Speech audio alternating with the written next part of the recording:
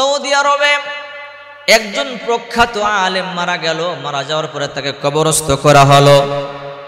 বেশ কিছুদিন পরে ওই বংশের আরেকটা মেয়ের ইন্তেকাল হয়ে গেল।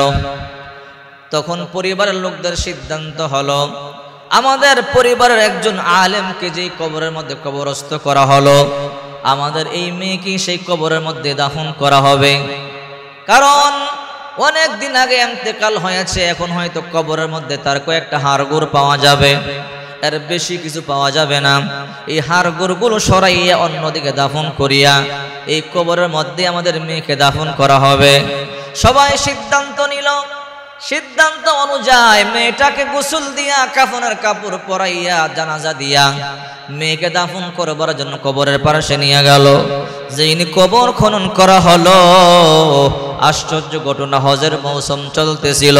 কবর খনন করতে গিয়া দেখে এই কবরের মধ্যে তাজা একটা মহিলার লাশ, মেয়ের লাশ। দেখতে সবাই বুঝতে পারছে এই মেয়েটা আমাদের কোনো সৌদি আরবের না, এই মেয়েটা ইউরোপ আমেরিকার হবে। কারণ দেখলেই কিন্তু বোঝা যায়, বাংলাদেশের মানুষ দেখলে কিন্তু বোঝা যায় বাঙালি, সৌদি আরবের মানুষ দেখলেই বোঝা যায় সৌদি আরবের আরবিয়ান মানুষ, আর ইউরোপ আমেরিকার লোকদেরকে দেখলে বোঝা যায় তারা ইউরোপ আমেরিকার লোক। সবাই অবাক হয়ে গেল। মাত্র নতুন মনে হয় দাফন করে গেল। কিরে, একটা খ্রিস্টান মেয়েকে আমাদের কবরের মধ্যে কে দাফন করে গেল? তাছাড়া মুসলমানদের মতো 5 কাপড়ে দাফন করা না, কেমন যেন চাকচিক্যময় নতুন মোটা কাপড় দিয়া কেমন যেন বক্সের মতো করিয়ে দাফন করা হলো। যেইনি কাপড়টা খুলিয়া চেহারাটা বের করা হলো, সবাই তাকাইয়া দেখে এত আমাদের সৌদি আরবের কোনো মেয়ে না, এত ইউরোপ আমেরিকার একটা সুন্দর যুবতীর লাশ দেখা যায়। সবাই আশ্চর্য হয়ে গেল, এই মেয়েকে আমাদের কবরস্থানে দাফন করলো কে? হজের মৌসুম চলতেছিল, হাজার হাজার হাজিরা দেখবার জন্য চলে এলো। সবাই তাকাইয়া দেখে এই কবরের মধ্যে সুন্দরী যুবতীর লাশ দেখা যায়, খ্রিস্টান মেয়ের লাশ দেখা যায়। কোন মুসলমান মেয়ের লাশ নয়, খ্রিস্টান মেয়ের লাশ। আর খ্রিস্টানদের মতোই দাফন করে কবর দেওয়া হয়েছে, কিন্তু মুসলমানদের কবরের মধ্যে খ্রিস্টান মেয়েকে কে দাফন করা হলো? আর এই মেয়েকে কে দাফন করলো কেউ তো চিনতেছে না।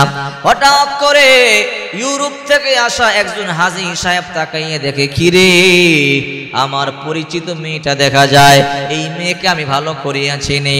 সবাইকে বলে, আপনারা চিল্লাচিল্লি করবেন না, আপনারা হই হুল্লোড় করবেন না, আমার কথা শুনুন। বলে, কি কথা?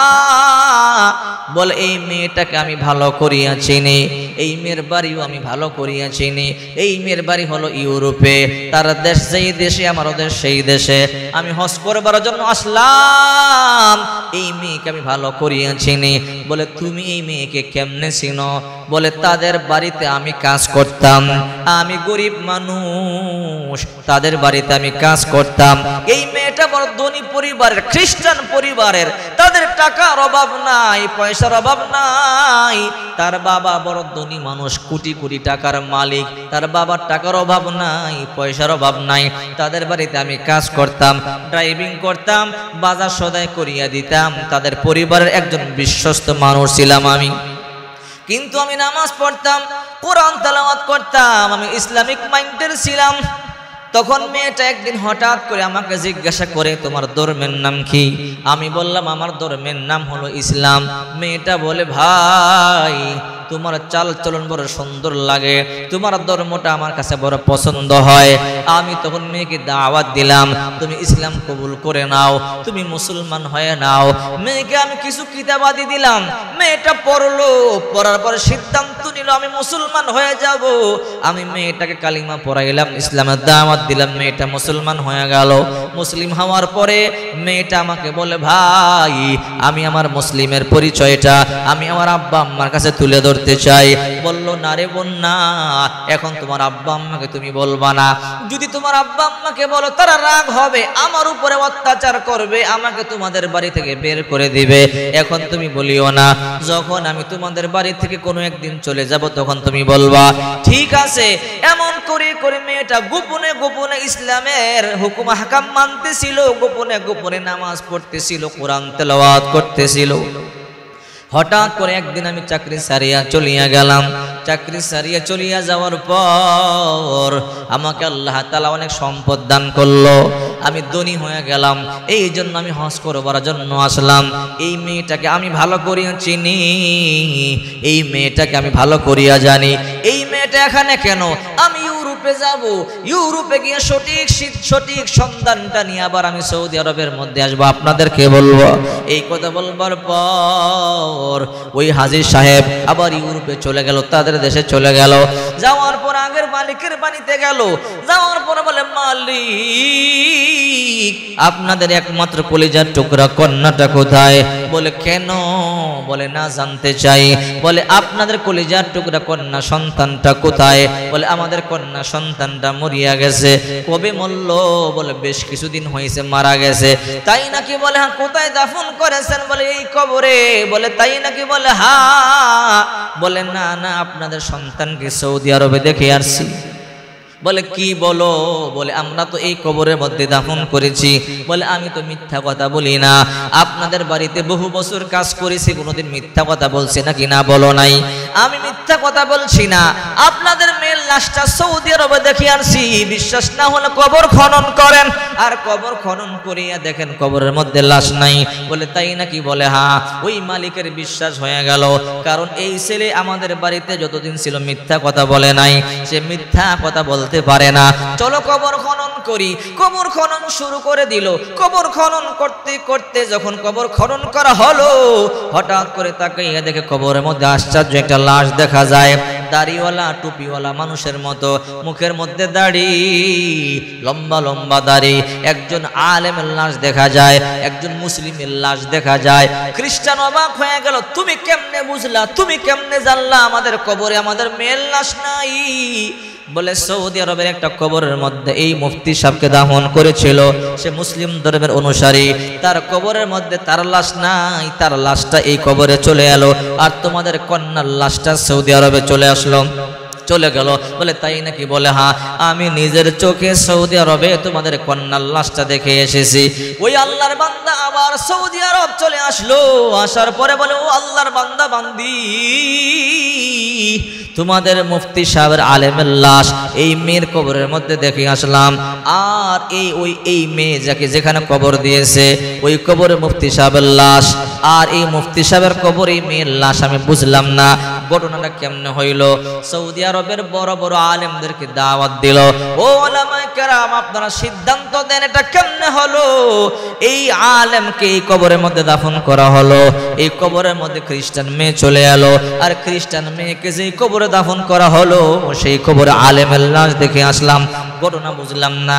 আলেমরা বলে, তাই নাকি? বলে, হ্যাঁ। বলে, আমাদের একটা কাজ করতে হবে, এই মুফতি সাহেব যে মারা গেল তার বিবির সাথে কথা বলতে হবে, তার বিবির সাথে একটু আলোচনা করতে হবে।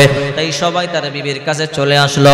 পর্দার আড়াল থেকে বলে, মা, তোমাকে কয়েকটা প্রশ্ন করতে চাই। বলেন, কি প্রশ্ন? ও মা, তোমার স্বামী কেমন মানুষ ছিল? বলে, আমার স্বামী অনেক ভালো মানুষ ছিল, আমার স্বামীর মতো ভালো মানুষ আমার চোখে আর পড়ে না, আমার স্বামী অনেক ভালো মানুষ ছিল।